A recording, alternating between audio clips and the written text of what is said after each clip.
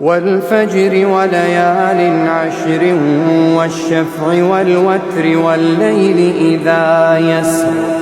هل في ذلك قسم لذي حجر ألم تر كيف فعل ربك بعاد إرم ذات العماد التي لم يخلق مثلها في البلاد وثمود الذين جابوا الصخر بالواد وفرعون ذي الأوتاد الذين طغوا في البلاد فأكثروا فيها الفساد فصب عليهم ربك سوط عذاب إن